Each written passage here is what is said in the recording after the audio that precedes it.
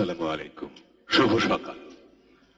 আজ 22 পৌষ 1427, 6 জানুয়ারি 2021 প্রবাসী কল্যাণ ও বৈদেশিক কর্মসংস্থান মন্ত্রণালয়ে আয়োজিত আন্তর্জাতিক অভিবাসী দিবস 2020 উদযাপন অনুষ্ঠানে আপনাদের সাদর আমন্ত্রণ জানাচ্ছি। সুধীবৃন্দ, আজকের এই অনুষ্ঠানের প্রধান অতিথি হিসেবে গণভবন প্রান্তে উপস্থিত রয়েছেন গণপ্রজাতন্ত্রী বাংলাদেশ সরকারের মাননীয় প্রধানমন্ত্রী শেখ হাসিনা। অনুষ্ঠান শুরু করার জন্য মাননীয় প্রধানমন্ত্রীর সানুগ্রহ সম্মতি প্রার্থনা করছি।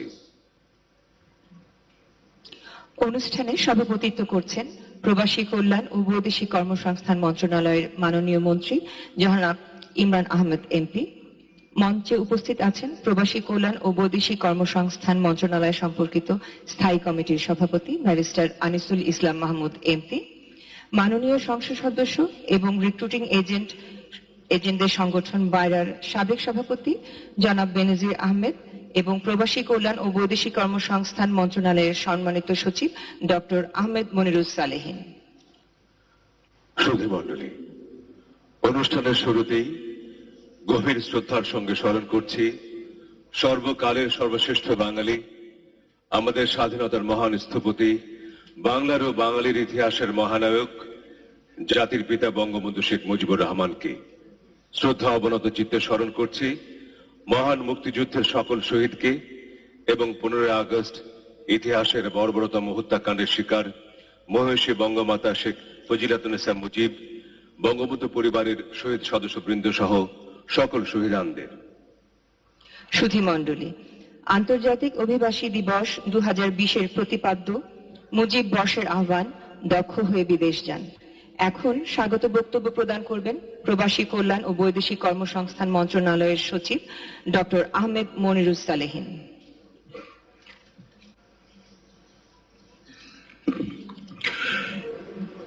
বিসমিল্লাহির রহমানির রহিম।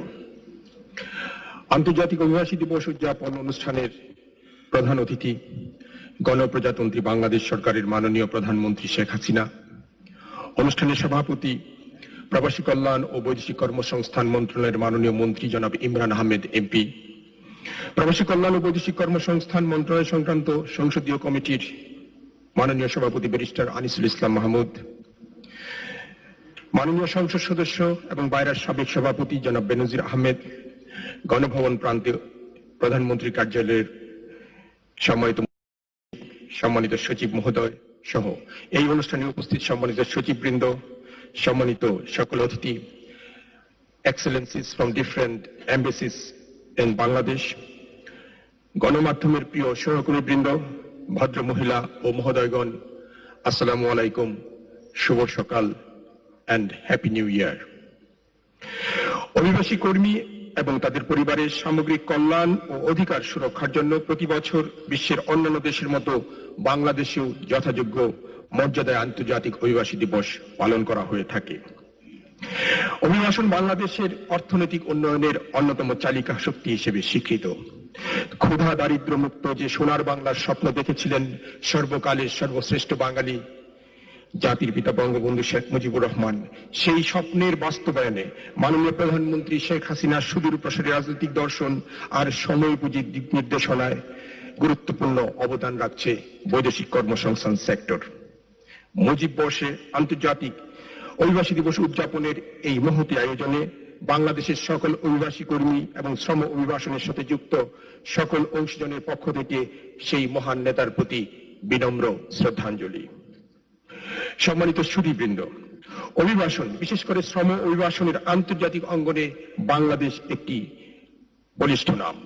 আমরা গর্বের সাথে স্মরণ করতে পারি সুষ্ঠু, নিরাপদ, নিয়মিত ও নিয়মতান্ত্রিক অভিবাসনের জন্য জাতিসংঘ কর্তৃক গৃহীত গ্লোবাল কমপ্লিট ফর মাইগ্রেশনের প্রাথমিক ধারণা দিয়েছিলেন আমাদের আজকের প্রধান অতিথি, আমাদের সর্বজন শ্রদ্ধেয় প্রধানমন্ত্রী শেখ হাসিনা। আন্তর্জাতিক অভিবাসী দিবসের আজকের এই আয়োজনে তার সানুগ্রহ উপস্থিতি নিরাপদ শ্রম অভিবাসের জন্য নিবেদিত প্রবাসী কল্যাণ ও বৈদেশিক কর্মসংস্থান মন্ত্রণালয় এবং এই সেক্টরে কাজ করা সকলের জন্য নিরন্তর অনুপ্রেরণার উৎস হয়ে থাকবে। আমাদের এই আয়োজনে যুক্ত হয়েছেন বাংলাদেশের জন্য মূল্যবান রেমিটেন্স প্রদানকারী প্রবাসী ভাই ও বোনদের প্রতিনিধিরা, উপস্থিত আছেন বাংলাদেশের শ্রম অভিবাসন প্রক্রিয়ার সাথে যুক্ত বিভিন্ন অংশীজন। অভিবাসন ব্যবস্থাপনায় আমরা মাননীয় প্রধানমন্ত্রী শেখ হাসিনার অন্তর্ভুক্তিমূলক উন্নয়ন দর্শনের আলোকে অবলম্বন করছি হোল অফ গভর্নমেন্ট এবং হোল অফ সোসাইটি তথা সমগ্র সরকার ও সমগ্র সমাজ অ্যাপ্রোচ। নিউ নর্মাল বা নতুন বাস্তবতায় বাঙালি অপরাজয় মনোবল আর সোনার বাংলা বাস্তবায়নের দৃঢ় অঙ্গীকার নিয়ে আমরা এদেশের শ্রম অভিবাসনকে উন্নয়নের অন্যতম হাতিয়ার হিসেবে সুসংহত করব, নিশ্চিত করব safe, orderly, regular and responsible migration. আজকের দিনে মাননীয় প্রধানমন্ত্রী এবং সমগ্র জাতির কাছে এই হচ্ছে আমাদের অঙ্গীকার এবং সেই প্রত্যয় থেকেই আমাদের দীপ্ত স্লোগান মুজিব বর্ষের আহ্বান, দক্ষ হয়ে বিদেশ যান।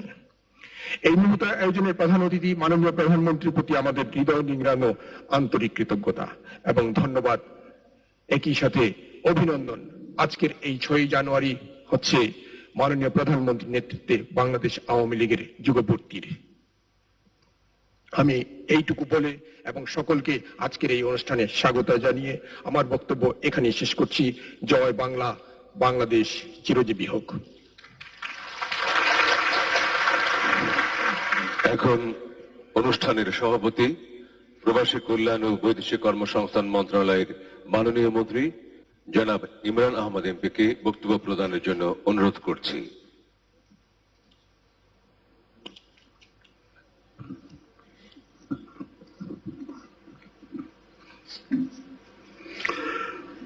মাননীয় প্রধানমন্ত্রী,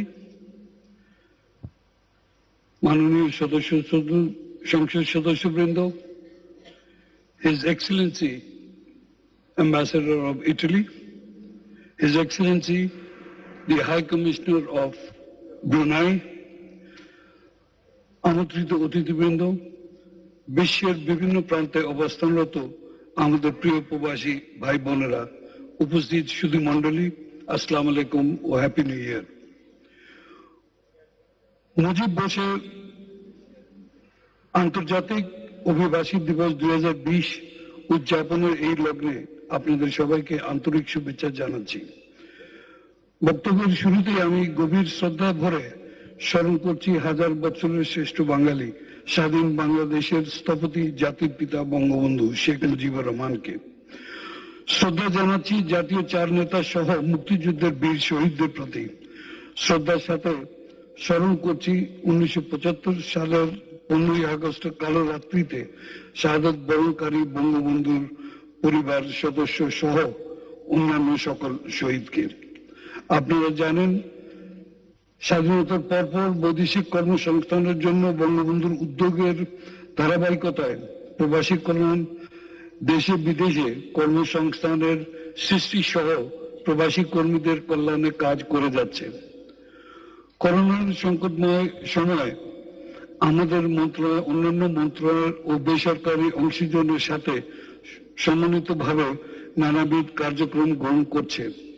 এর মধ্যে উল্লেখযোগ্য হচ্ছে দেশে বিদেশে প্রবাসী কর্মীদের ত্রাণ সহায়তা প্রদান, দেশে থাকা দুস্থ কর্মীদের প্রত্যাবাসনের সহযোগিতা প্রদান, বিদেশে প্রত্যাগত কর্মীদের রিইন্টিগ্রেশনের জন্য ঋণ প্রদান ও সামাজিক নিরাপত্তামূলক কর্মসূচি গ্রহণ, কোভিড আক্রান্ত ও মৃত প্রবাসী কর্মীদের জন্য বিশেষ অনুদান, দক্ষতা উন্নয়ন ও দেশে বিদেশে অবস্থানরত কর্মীদের পূর্ণ প্রশিক্ষণ প্রদান, বিদেশগামী কর্মীদের কোভিড টেস্ট ফি 300 টাকায় কমানো, নতুন শ্রমবাজার খোলা, বিদ্যমান বন্ধ ও পুরনো শ্রমবাজার সংরক্ষণ এবং উন্মুক্তীকরণ, এই কাজগুলি আমরা করে যাচ্ছি।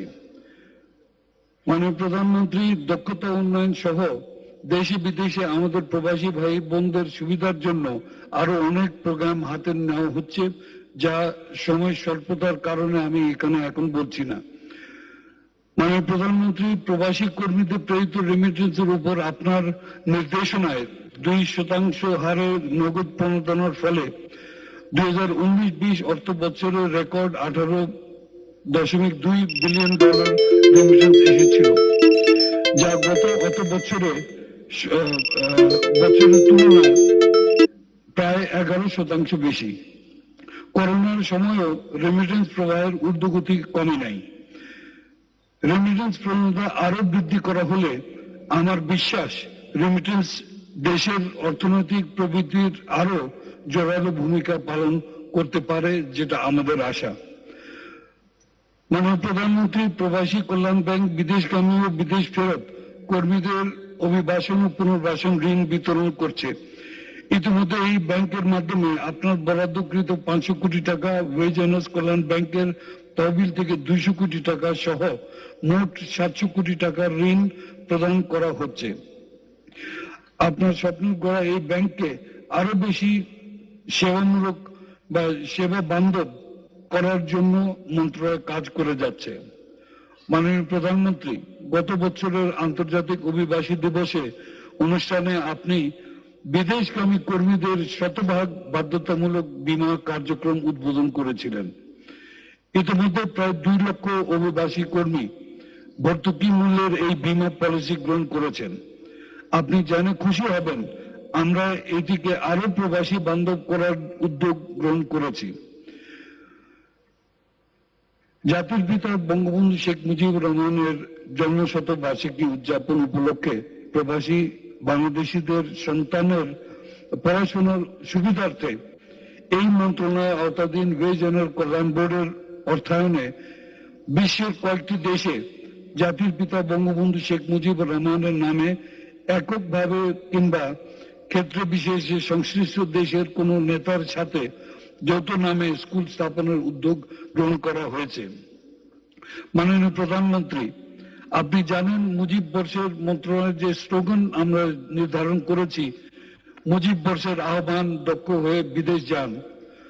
করোনার পরবর্তী আন্তর্জাতিক শ্রমবাজার দক্ষ শ্রমিক প্রেরণ করে আমরা নিরাপদ শ্রম অভিবাসন নিশ্চিত করার জন্য অঙ্গীকারবদ্ধ। এর সাথে আমি এটাও বলতে চাই মাননীয় প্রধানমন্ত্রী, যে আমাদের যে চিন্তা ভাবনা এই রেমিটেন্সের ব্যাপারে, এটার ঊর্ধ্বগতি যে আমরা ধরে রাখতে পারি, এখানে কিন্তু দক্ষতাই হলো মূল। মাননীয় প্রধানমন্ত্রী, সকলের জন্য করোনা ভ্যাকসিন পাওয়ার দাবি আপনি ইতিমধ্যে জাতিসংঘের সাধারণ অধিবেশনে উত্থাপন করেছেন। বাংলাদেশি কর্মীদের প্রতি নিয়োগকারী দেশে আস্থা বৃদ্ধির লক্ষ্যে প্রবাসী কর্মীরা যেন এই ভ্যাকসিন অগ্রাধিকার ভিত্তিতে পায়, এই বিষয়ে আমি আপনার সদয় নির্দেশনা কামনা করছি। সুধী মণ্ডলী, আমরা বিশেষভাবে কৃতজ্ঞ উন্নয়নের মহাসড়কে অপ্রতিরোধ্য গতিতে আগুয়ান বাংলাদেশের কান্ডারি মাননীয় প্রধানমন্ত্রী জননেত্রী শেখ হাসিনার প্রতি। তিনি এই করোনা মহামারীর কালেও প্রবাসী কল্যাণ ও বৈদেশিক কর্মসংস্থান মন্ত্রণালয়ের অনুরোধে প্রধান অতিথি হিসাবে ভার্চুয়ালি উপস্থিত হয়েছেন আমাদের এই আয়োজনে। এটা আরেকটি কথা প্রমাণ করে যে আমাদের যে প্রবাসী ভাইরা যারা দেশে বাইরে আমাদের জন্য যে দেশের জন্য যা করে যাচ্ছেন, এটার স্বীকৃতিও আর উনাদের প্রতি আমাদের মাননীয় প্রধানমন্ত্রীর যে বিশেষ একটা ফিলিং আছে, ওটাই এখানে প্রমাণ করছে। একই সাথে উপস্থিত সকলকে আমার আন্তরিক ধন্যবাদ ও কৃতজ্ঞতা জানাই। নতুন বছরের আমাদের জন্য সুস্থ সুন্দর হবে, এই আস্থা ব্যক্ত করে আমার বক্তব্য এখানে শেষ করছি। জয় বাংলা, জয় বঙ্গবন্ধু, বাংলাদেশ চিরজীবী হোক।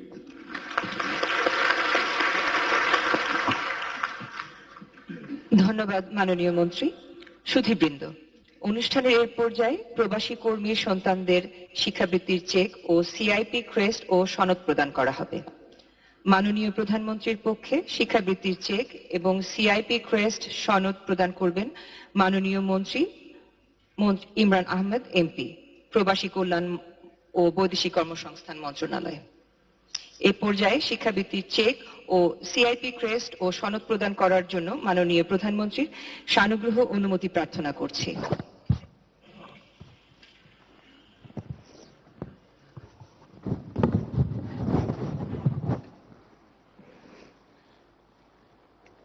বিসমিল্লাহির রহমানির রহিম। আমি করোনা ভাইরাসের কারণে নিজে সরাসরি উপস্থিত হতে পারলাম না, এটা অত্যন্ত দুঃখিত। তবে ডিজিটাল বাংলাদেশ করেছি, কাজে তার মাধ্যমেই আপনাদের এই অনুষ্ঠানে সংযুক্ত হতে পেরেছি। আমাকে আমন্ত্রণ জানাবার জন্য ধন্যবাদ জানাচ্ছি প্রবাসী কল্যাণ মন্ত্রণালয়কে। এবং আমি এখন প্রবাসী কল্যাণ ও বৈদেশিক কর্মসংস্থান মন্ত্রণালয়ের মাননীয় মন্ত্রীকে শিক্ষাবৃত্তির চেক, সিআইপি ও সনদ প্রদানের জন্য অনুমতি প্রদান করছি। আপনাদের সবাইকে আন্তরিক ধন্যবাদ।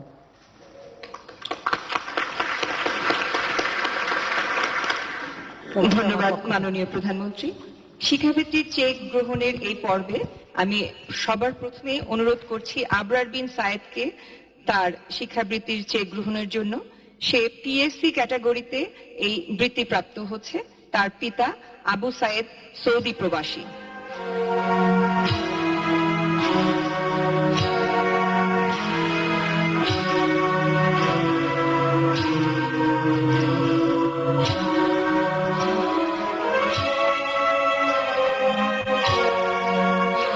চেক গ্রহণ করবে হালিমা আক্তার। সে স্নাতক ও সম্মান ক্যাটাগরিতে বৃত্তিপ্রাপ্ত। তার পিতা মৃত জয়নুল আবিদিন।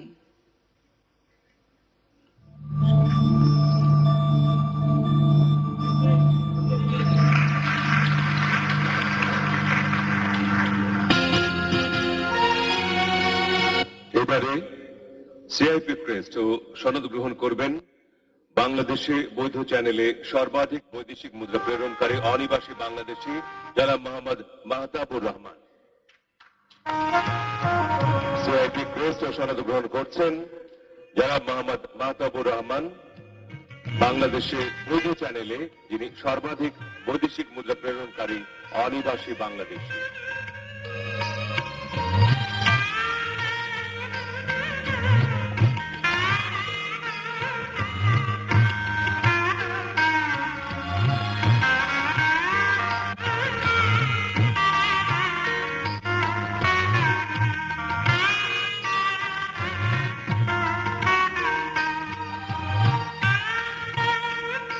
এবারে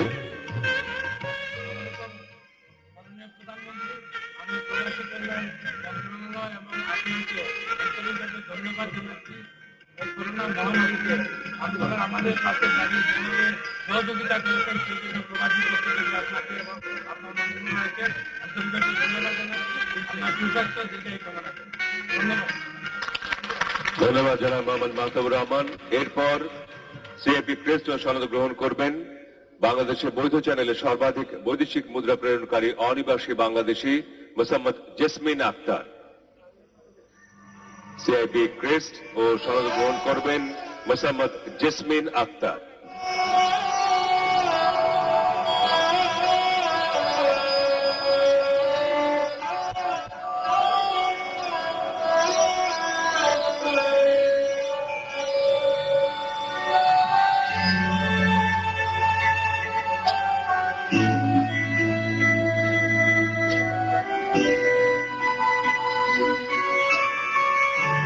সনদ ক্রেস্ট গ্রহণ করলেন মোসাম্মদ জেসমিন আক্তার।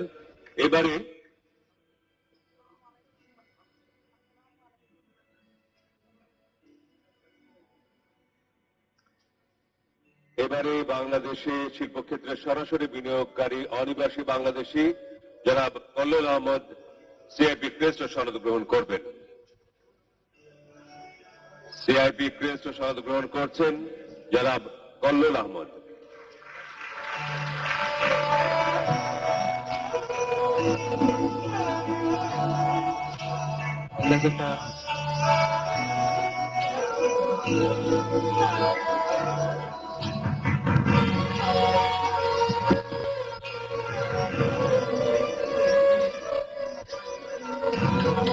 শিক্ষাবৃত্তির চেক এবং সিআইপি ক্রেস্ট ও সনদ প্রদান পর্ব শেষ হল।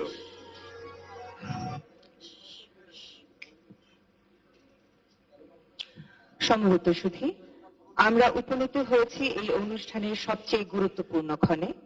এখন ভাষণ প্রদান করবেন সর্বকালের সর্বশ্রেষ্ঠ বাঙালি, জাতির পিতা বঙ্গবন্ধু শেখ মুজিবুর রহমানের সুযোগ্য কন্যা, ডিজিটাল বাংলাদেশের রূপকার, সুখী সমৃদ্ধ সোনার বাংলাদেশ গড়ার মহতী লক্ষ্যে ইতোমধ্যে মধ্যমায়ের দেশের পর্যায়ে উত্তরণের সফল রাষ্ট্রনায়ক, যার সাহসী নেতৃত্বে দেশ এগিয়ে চলেছে অপ্রতিরোধ্য গতিতে।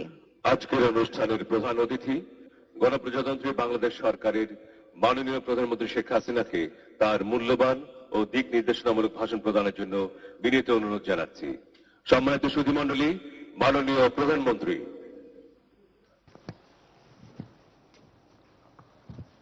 বিসমিল্লাহির রহমানির রহিম।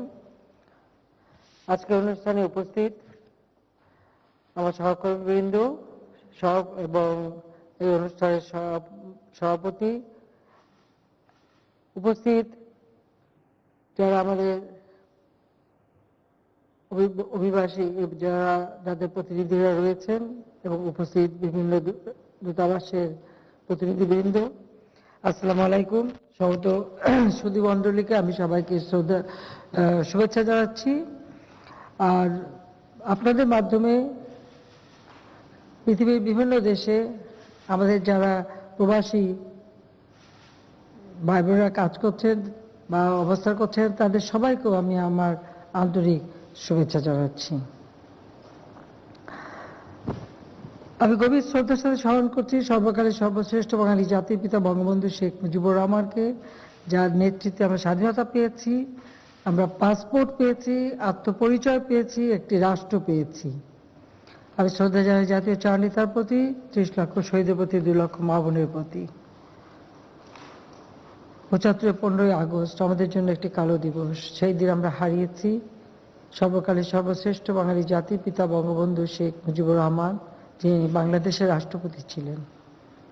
তাই নির্মমভাবে হত্যা করা হয়। সেই সাথে আমি হারাই আমার মা, আমার 3 ছোট ভাই, আমার চাচা সহ অনেক পরিবার পরিজনকে।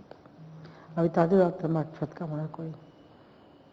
অনেক সংগ্রামের পথ পাড়ি দিয়ে মহান মুক্তিযুদ্ধে বিজয় অর্জন করে আমরা স্বাধীনতা পেয়েছি। জাতির পিতাই বাংলাদেশের স্বাধীনতার স্বপ্ন দেখেছিলেন, তা বাস্তবায়নও করে গেছেন।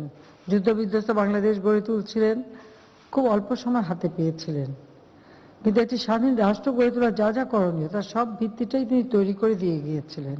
কিন্তু দুর্ভাগ্য যে বাংলাদেশকে উন্নত করা, বাংলাদেশের মানুষের আর্থসামাজিক উন্নতির মাধ্যমে তাদের একটি সুন্দর সমাজ ব্যবস্থা উপহার দেওয়া এবং ক্ষুধামুক্ত দারিদ্র্যমুক্ত সমাজ গড়ে তুলে এদেশের মানুষকে একটি সুন্দর জীবন দেওয়ার যে স্বপ্ন, তা তিনি পূরণ করে যেতে পারেননি, কারণ 15ই আগস্টের এই হত্যাকাণ্ডের কারণে। কিন্তু তার আদর্শ আজও আমাদের মাঝে রয়েছে। আমাদের বাংলাদেশের আর্থসামাজিক উন্নয়নে বা অর্থনীতির ক্ষেত্রে আমাদের প্রবাসী যারা, বিশেষ করে তারা আমাদের প্রতিটি ক্ষেত্রে, আমাদের আন্দোলন সংগ্রাম থেকে শুরু করে আমাদের অর্থনৈতিক উপার্জনের ক্ষেত্রে বিরাট অবদান রেখে যাচ্ছেন। এমন একটা সময় ছিল বাংলাদেশে যে আমাদের কর্মসংস্থানের যথেষ্ট অভাব ছিল। আমাদের যুব সমাজ বা যারা কর্মক্ষম, তারা কাজ খুঁজে পেত না, তখন তাদেরকে বিদেশেই পাড়ি দিতে হয়েছে।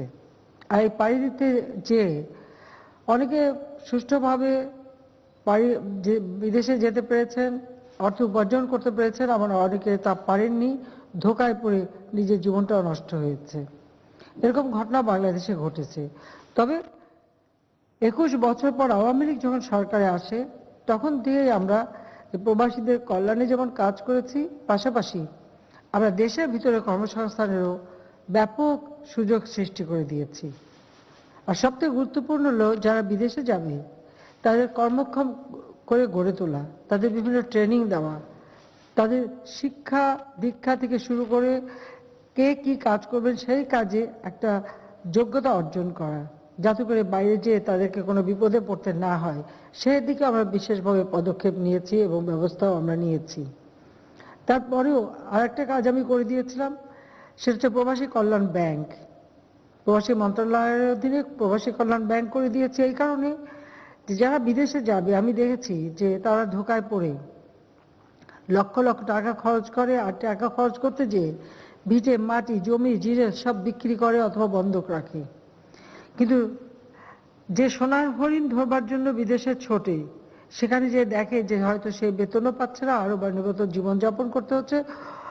একদিকে যেমন নিজেদের সম্পত্তি হারানো, অপরদিকে সেখানে যে উপযুক্ত কাজের অভাব, এই ধরনের অবস্থাও তাদের আমরা দেখেছি। কারণ আমি যখনই বাইরে গিয়েছি, বিদেশে গিয়েছি, আমি আমাদের যারা প্রবাসী তাদের সঙ্গে সবসময় আমি দেখা করা, কথা বলা বা তাদের মানে সুবিধা অসুবিধাগুলি জানার চেষ্টা করেছি, সেই থেকে তাদের সমস্যাগুলি আমাদের জানা আছে। আর প্রবাসী যারা বিদেশে কাজ করে অর্থ প্রেরণ করতেন, তাদের একটা কল্যাণ ফান্ড, আমি যখন প্রথম জাতীয় সংসদের সংসদ নেতা হিসেবে সংসদে আমি যখন প্রথম নির্বাচিত হয়ে আসি, আমি বিরোধী দলে ছিলাম। তো বিরোধী দলে থাকতেই আমি দেখেছি যে সেই টাকাটা কখনো প্রবাসীদের কল্যাণে ব্যয় হতো না, সেটা আমাদের সংসদ সদস্যদের মধ্যে ভাগ করে দেওয়া হতো যা যা নিজের এলাকায় স্কুল করার জন্য। এবং আমি তা প্রতিবাদ করেছিলাম যে টাকাটা আমাদের প্রবাসীরা পাঠায়, এটা তাদের কল্যাণে ব্যয় হবে, তাদের ছেলে মেয়েদের লেখাপড়ার জন্য ব্যয় হবে, বা প্রবাসের যারা যেখানে আমাদের অধিক সংখ্যক প্রবাসী বসবাস করে তাদের ছেলে মেয়েদের জন্য স্কুল তৈরি করে দিতে হবে এবং তাদের জন্য এটা ব্যয় হবে। আমরা 96 সালে সরকার আসার পর থেকে আমরা এর পরিবর্তন নিয়ে আসি এবং এখন আপনারা দেখেছেন যে আমরা প্রবাসীদের ছেলে মেয়েদের তাদের যেমন শিক্ষাবৃত্তি দেওয়া হচ্ছে, যারা অধিক রেমিটেন্স দিচ্ছেন তাদেরকে ক্রেস্ট দেওয়া হচ্ছে, সম্মাননা দেওয়া হচ্ছে, যারা বিনিয়োগ করছে তাদের সম্মাননা দিয়ে একটা স্বীকৃতি দেওয়া হচ্ছে, কারণ তাদের অবদানটাকে আমরা যথাযথ মর্যাদা দিই।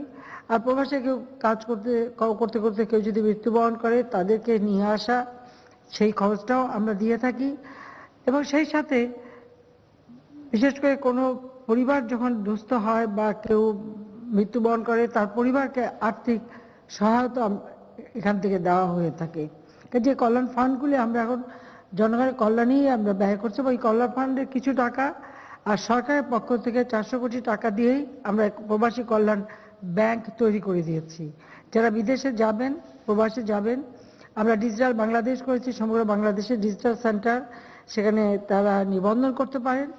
আর এই ব্যাংকের থেকে তাদের যখন একটা চাকরি হবে তারা যাবেন, কোথায় চাকরি হচ্ছে, সঠিকভাবে হচ্ছে কিনা, সঠিক বেতন পাবেন কিনা, তাদের সেই নিরাপত্তার বিষয়টা দেখা, পাশাপাশি তারা ব্যাংকের থেকে ঋণ নিয়ে যেতে পারবে, খুব স্বল্প সুদে তাদের ঋণ দেওয়া হয় এবং তারা এই টাকাটা ব্যাংকেই পাঠিয়ে তার ঋণ শোধ করতে পারবে, জমি জমা বিক্রি বা বন্ধক রাখা লাগবে না। এটা আমি বারবার বলেছি, এখনো আমি বলবো যে যারা যেতে চান তারা কিন্তু প্রবাসী কল্যাণ ব্যাংক থেকে ঋণ পেতে পারেন। এই করোনা ভাইরাস মোকাবেলা করবার জন্য আমরা যেমন প্রণোদনা দিচ্ছি সমস্ত জায়গায়, আমরা এই বিশেষ ব্যাংকের জন্য আলাদা 500 কোটি টাকা রাখা হয়েছে, 200 কোটি টাকা ইতিমধ্যে দেওয়া হয়েছে, এর বাইরে এই 500 কোটি টাকা সহ প্রায় 700 কোটি টাকার ব্যবস্থা আমরা করে দিয়েছি, যাতে করে প্রবাসীরা কোনো রকম সমস্যা না পড়ে। যে সমস্ত প্রবাসে যারা কাজ হারিয়েছেন তাদের আর্থিক সাহায্য দেওয়া হয়েছে, আবার তাদেরকে ফেরত আনার কোনো ক্ষেত্রে ফেরত আনার জন্য আমরা স্পেশাল বিমান পাঠিয়েও, এয়ারফোর্সের বিমান পাঠিয়েও আমরা তাদেরকে, অথবা আমাদের বিমান পাঠিয়েও তাদেরকে ফেরত আনার চেষ্টা করেছি এবং নিয়ে এসেছি অনেকে।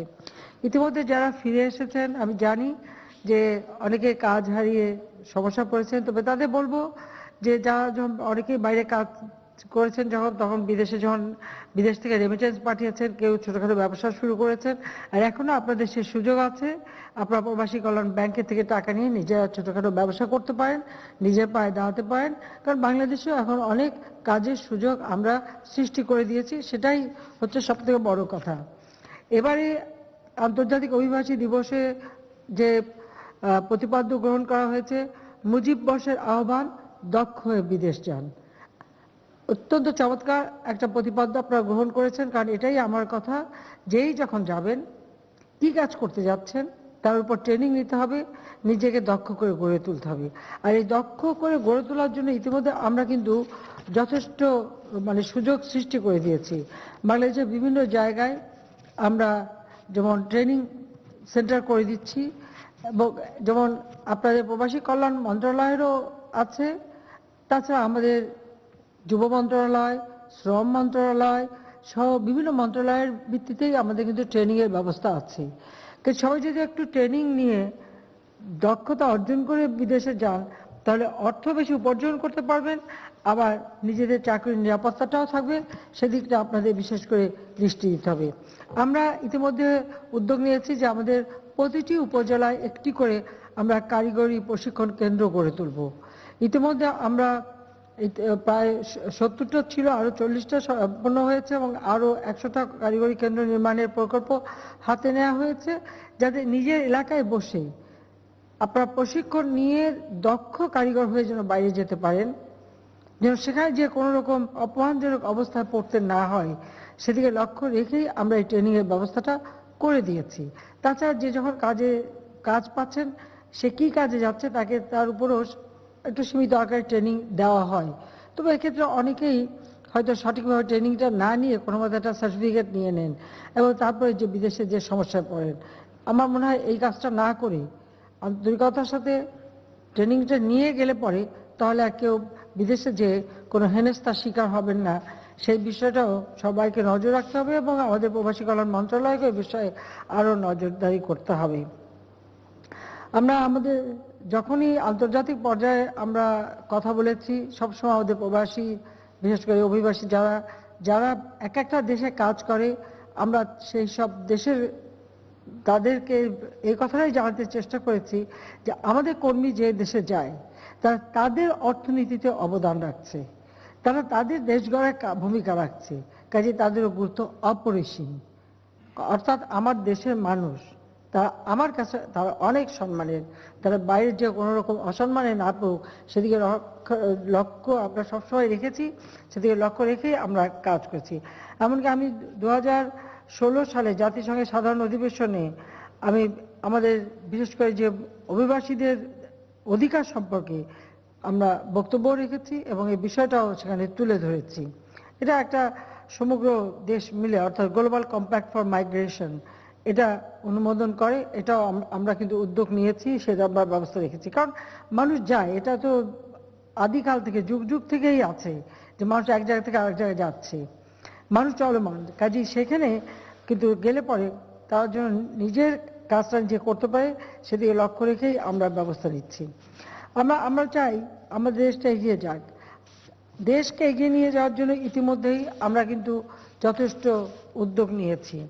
অর্থনৈতিকভাবে আমাদের দেশ শক্তিশালী হোক, আমরা আত্মমর্যাদাশীল হই, আত্মনির্ভরশীল হই, সেই লক্ষ্য নিয়ে আমরা কাজ করে যাচ্ছি। কারণ 75-এর 15 আগস্টের পর যারা ক্ষমতা এসেছিল তারা আসলে বাংলাদেশকে একটা মানে আত্মমর্যাদাশীল বা আত্মনির্ভরশীল করে গড়ে তোলার পরিবর্তে পরনির্ভরশীল করেছিল। এমনকি অন্যের উপরই তাদের জন্য নির্ভরতা বেশি ছিল, যেটা আমাদের জন্য অত্যন্ত অসম্মানজনক। যে কারণে আমি যখনই সরকার এসেছি তখন থেকে আমি প্রচেষ্টা চালিয়েছি যে আমাদের দেশের অর্থনৈতিক ক্ষেত্রে, সামাজিক ক্ষেত্রে, আর্থসামাজিক উন্নয়নের ক্ষেত্রে আমরা আত্মমর্যাদাশীল হব, আত্মনির্ভরশীল হব। আজকে আমাদের বাজেটের প্রায় আমি বলতে পারি প্রায় 97-98 ভাগে আমরা নিজেদের অর্থায়ন করতে পারি। আমাদের অর্থনৈতিকভাবে আমরা স্বাবলম্বিতা অর্জনের পথে 100টা অর্থনৈতিক অঞ্চল আমরা গড়ে তুলছি। আমাদের এখানেও কাজের কোনো অভাব হবে না, দক্ষ কর্মী আমাদেরও প্রয়োজন, বিদেশি বিনিয়োগ আসছে, কাজে সেদিক থেকে বাংলাদেশ এগিয়ে যাচ্ছে। আমাদের রেমিটেন্স আমাদের প্রবাসীরা পাঠাচ্ছেন, আমরা তাদেরকে প্রণোদনা দিয়েছি, যার ফলে আজকে রেমিটেন্সের পরিমাণও বেড়েছে, সেই জন্য তাদেরকে আমি ধন্যবাদ জানাই। তবে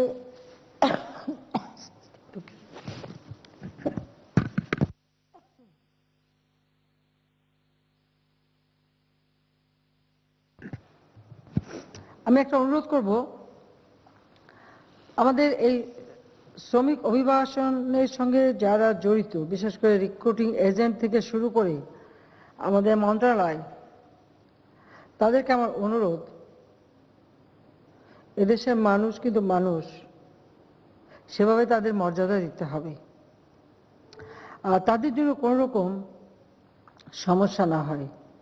যারা বিদেশে যেতে চায় তাদের কর্মসংস্থান ঠিকমতো হচ্ছে কিনা, তাদের নিরাপত্তা ঠিকমতো আছে কিনা, বিশেষ করে আমাদের মেয়েরা যারা যায় তাদেরও নিরাপত্তার বিষয়টা, এটা সকলকেই লক্ষ্য রাখতে হবে। সেই জন্য এক্ষেত্রে আমাদের প্রবাসী কল্যাণ মন্ত্রণালয় যারা কর্মরত বা বিদেশে কর্মী প্রেরণে যে সমস্ত সংগঠনগুলি আছেন তাদেরকে আমি এইটুকু অনুরোধ করব যে আপনাদেরকে দায়িত্বশীলতার ভূমিকা পালন করতে হবে, কারণ দায়িত্বটা আপনাদের উপরে পড়তায়।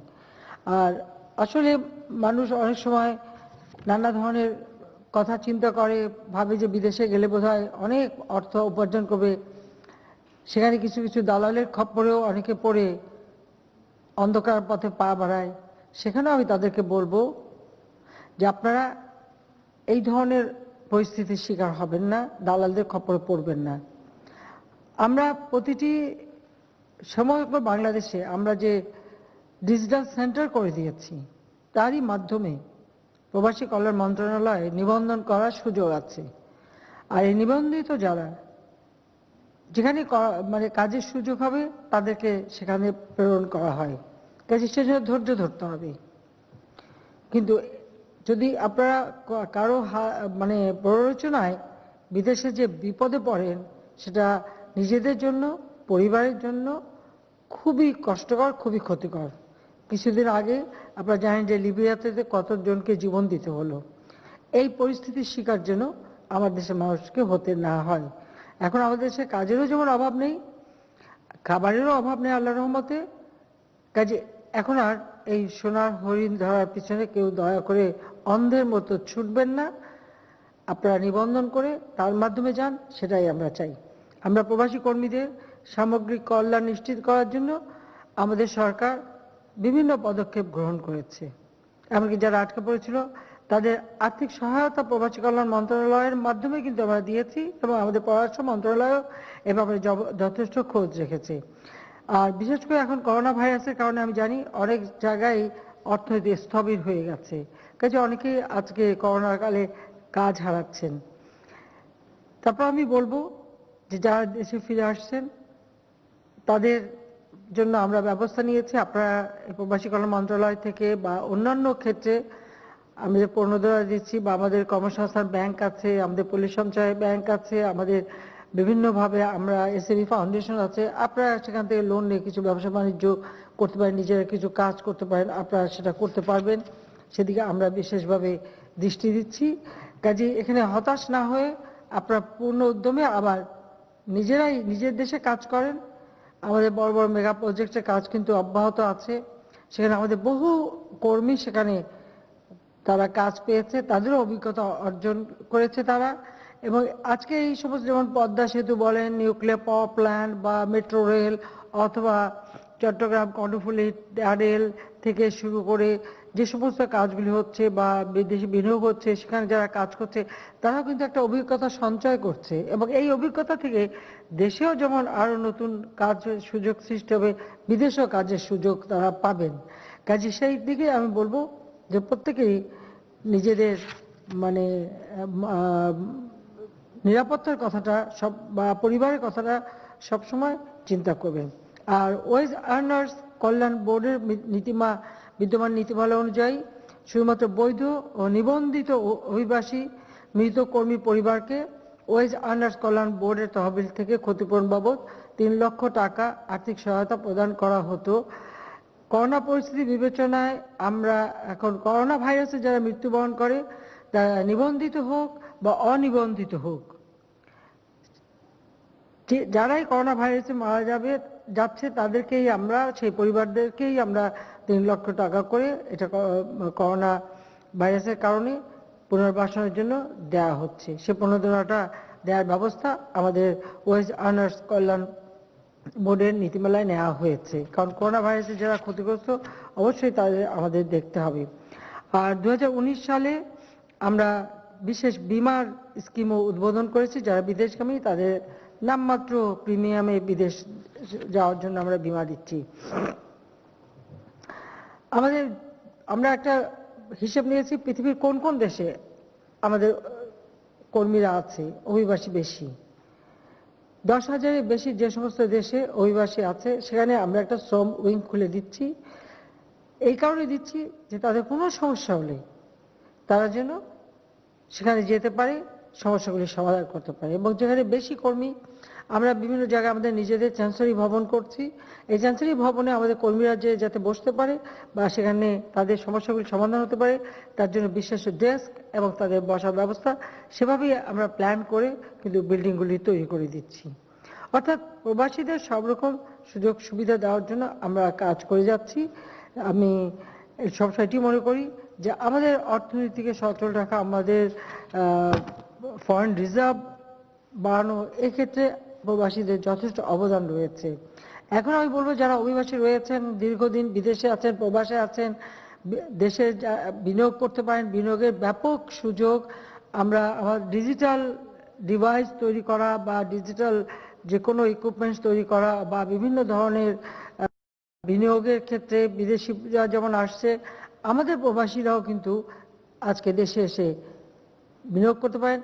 আমি প্রবাসীদের জন্য এনআরবি ব্যাংক, 3টা ব্যাংকের অনুমোদন দেওয়া হয়েছে, 3টা ব্যাংকও কার্যকর আছে, কাজে বিভিন্নভাবে আমরা সুযোগ সৃষ্টি করে দিয়েছি। আর আমরা সবসময় এটাই চেষ্টা করি, যেমন রেমিটেন্স যারা পাঠাবেন, পাঠানোর খরচও আমরা কমিয়ে দিয়েছি, আর আমরা তো 2% করে সেখানে বিশেষ প্রণোদনাও দিচ্ছি, যার ফলে আপনার বৈধ পথে পাঠালে পরে টাকাটা সরাসরি আসবে। আর এখন এখানে অনলাইনে অথবা বিভিন্ন মাধ্যমে টাকা পাঠানো খুব সহজ হয়ে গেছে, আমরা সহজ করে দিয়েছি।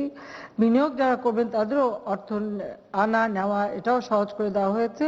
কাজে সেভাবে আমি মনে করি আপনারা কাজ করে যাবেন, যাতে আমাদের দেশের মান মর্যাদা এবং আপনার নিজের সম্মানটাও যেন বজায় রাখে, এবং যারা কর্মী প্রেরণ করবেন তারা এ ব্যাপারে সচেতন হবে, সে কথা আমি বলে আজকে সবাইকে আমি ধন্যবাদ জানাই। আর বিশেষ করে আজকে যাদেরকে আপনারা শিক্ষাবৃত্তি দিয়েছেন সেজন্য ধন্যবাদ জানাচ্ছি প্রবাসী কল্যাণ মন্ত্রণালয়কে। আর সিআইপি মর্যাদা প্রদান করা হয়েছে এ পর্যন্ত প্রায় 155 জনকে, সেজন্য তাদের সবাইকে আমি আন্তরিক অভিনন্দন জানাই যে আপনারা এই মর্যাদায় আজকে ভূষিত হয়েছেন, যা দেশে বিদেশে আপনাদেরও মর্যাদা বৃদ্ধি পাবে, বাংলাদেশের মর্যাদাও বৃদ্ধি পাবে। যাক, আমি এটুকুই বলবো, বাংলাদেশকে আমরা এগিয়ে নিয়ে যাচ্ছি জাতির পিতার স্বপ্নের সোনার বাংলাদেশ হিসেবে গড়ে তোলার লক্ষ্যে। আর তার জন্য আমরা দীর্ঘমেয়াদী পরিকল্পনাও নিয়েছি।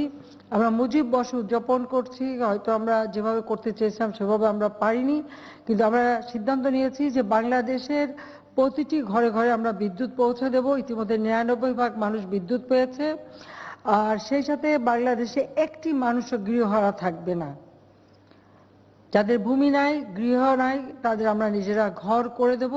মুজিব বর্ষে এটাই আমাদের অঙ্গীকার যে এই বাংলাদেশে কোনো মানুষ গৃহহীন থাকবে না, ভূমিহীন থাকবে না, তাদের একটা ঠিকানা থাকবে, তাদের একটা মর্যাদাপূর্ণ জীবনযাপন যাতে করতে পারে সেই ব্যবস্থা আমরা করে দেব। সেই সাথে পরিবেশ রক্ষার জন্য ব্যাপক হারে বৃক্ষরোপণ থেকে শুরু করে পরিবেশ রক্ষার আমরা ব্যাপক কর্মসূচি বাস্তবায়ন করে যাচ্ছি, এবং করোনা ভাইরাসের স্বাস্থ্য সুরক্ষা মেনে যতটুকু সমাবেশ না করে যতটুকু কর্মসূচি পালন করা আমরা করছি। 2021 সাল 2020 জাতির পিতার জন্মশতবার্ষিকী, 2021 স্বাধীনতার সুবর্ণ জয়ন্তী। এই সুবর্ণ জয়ন্তী 50 বছর পূর্তি একটি দেশের স্বাধীনতার জন্য, এটা আমাদের একটা বিরাট অর্জন। কাজী সেই সুবর্ণ জয়ন্তী আমরা সেভাবেই উদযাপন করব। কিন্তু করোনা ভাইরাস আমাদেরকে একটু বাধাগ্রস্ত করেছে, তারপরেও আমরা ডিজিটাল পদ্ধতিতে স্বাস্থ্য সুরক্ষা মানে যতটুকু আয়োজন করার আমরা তা করে যাব। কাজী স্বাধীনতা সুবর্ণ জয়ন্তী এবং মুজিব বর্ষ, এই সময় আপনাদের এই অভিবাসীদের যে অনুষ্ঠান, এই অনুষ্ঠানে যোগ দিতে পেরে আমি আনন্দিত। সবাইকে আমার আন্তরিক ধন্যবাদ জানাই। সবাই ভালো থাকেন, সুস্থ থাকেন, স্বাস্থ্য সুরক্ষা মেনে চলুন, এই কামনা করে সবাইকে ধন্যবাদ জানিয়ে আমার বক্তব্য এখানে শেষ করছি। জয় বাংলা, জয় বঙ্গবন্ধু, বাংলাদেশ চিরজীবী হোক।